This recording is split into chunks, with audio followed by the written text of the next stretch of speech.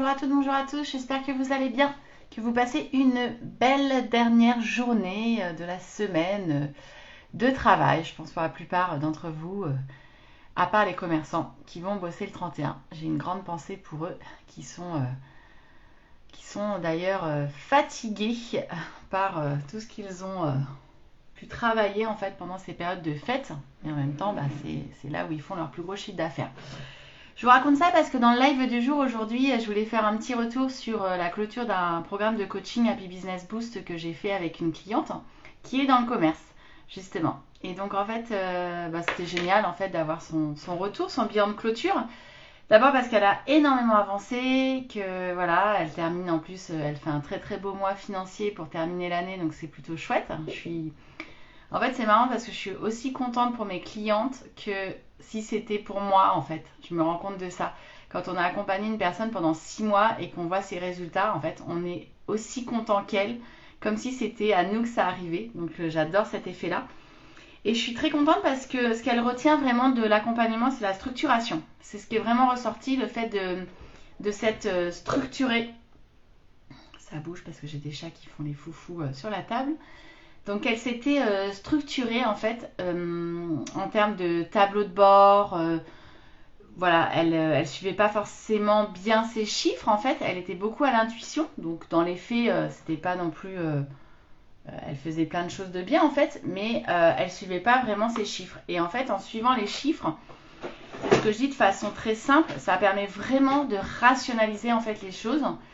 Et puis ça permet d'avoir une vision qui soit très objective, très claire, et c'est vraiment aidant pour prendre des décisions.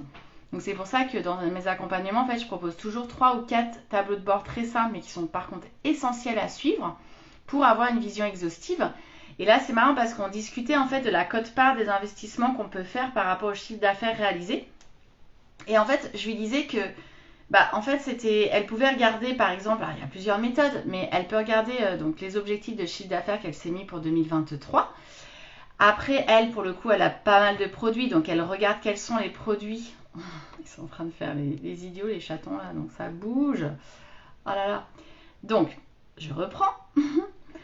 Elle se fixe son chiffre d'affaires global. Après, elle a un chiffre d'affaires par produit. Elle sait quels sont les produits les plus rentables. Donc déjà, c'est ce que je lui disais. Je lui disais, c'était d'avoir un matelas en fait financier chaque mois et de se dire, en fait, je travaille sur ces 2 ou 3 produits les plus rentables. Et là, je me fixe des objectifs aussi par rapport à ces produits. Quel chiffre d'affaires je veux faire sur ces produits-là? Et après, c'est de faire une quote-part par rapport à toutes ces charges. Qu'est-ce que ça représente dans son chiffre d'affaires? Par exemple, je dis, je sais pas, ça représente 50%.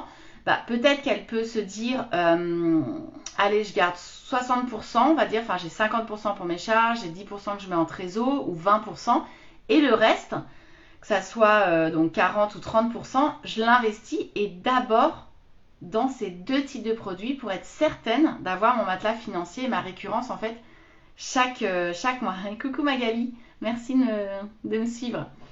Et donc voilà, donc du coup, c'est ce que je lui disais en fait, vraiment de regarder, et puis parce qu'elle savait pas trop en termes de limite d'investissement, jusqu'où elle pouvait aller, etc. Moi en tout cas, je le ferais bien comme ça, et le fait d'avoir des objectifs chiffrés par produit, et de savoir quels sont ses produits les plus rentables, ça lui change la vie en fait, parce que c'est beaucoup plus simple, tout simplement. Ça allège énormément la charge mentale, donc ça c'était vraiment un des objectifs aussi qu'on voulait atteindre, et du coup ça lui permet d'être beaucoup plus sereine, d'être plus zen et de se concentrer sur quoi? Sur le lien avec le client en fait, finalement sur la connexion qu'elle peut avoir et l'énergie qu'elle peut faire circuler dans sa boutique pour attirer la vente en fait, voilà, attirer les clients à elle et attirer la vente. Donc j'ai bien aimé son feedback de me dire que voilà, c'était la structuration, parce que je crois que finalement c'est ce qui me définit le mieux dans mes accompagnements, c'est que je suis hyper structurée, c'est carré, c'est assez rationnel, c'est pragmatique, c'est clair, hein. Ça plaira pas à tout le monde. J'adore parler d'énergie, mais je suis pas du tout... je parle pas de manifestation, d'univers, etc. Enfin voilà, et même si je critique absolument pas les gens qui le font, mais d'abord, c'est pas mon cœur de métier, clairement, et c'est pas du tout ma façon de coacher.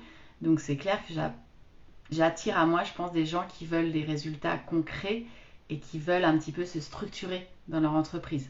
Tout ça, pourquoi? Pour s'alléger sa charge mentale et finalement pour avoir un meilleur équilibre de vie pro et perso et pour avoir plus de temps pour eux, pour faire d'autres choses en fait.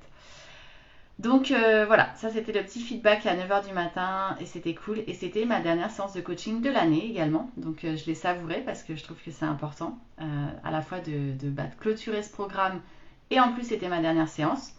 Donc c'était cool. Donc aujourd'hui j'ai mis un peu à jour, j'avais pas mal de reporting à faire sur des formations e-learning pour des gros clients. Donc j'ai fait ça, j'ai pas tout à fait terminé. Et puis ce soir j'ai une grosse soirée en fait, donc, avant le jour de l'an. Donc du coup demain je pense qu'on sera plus cool parce que en fait finalement notre grosse soirée on l'a fait ce soir. Donc on fête un anniversaire surprise des 40 ans d'une amie et donc ça va être très très cool. Donc voilà, donc j'espère que vous préparez vos festivités. Je suis allée faire quelques courses, autant vous dire que c'était blindé de chez blindé les magasins. Donc je pense qu'effectivement les gens sont dans leur 31 et préparent ça activement. Je vous souhaite une très belle fin d'après-midi et je vous dis à demain pour le prochain live, le dernier de l'année. Ciao!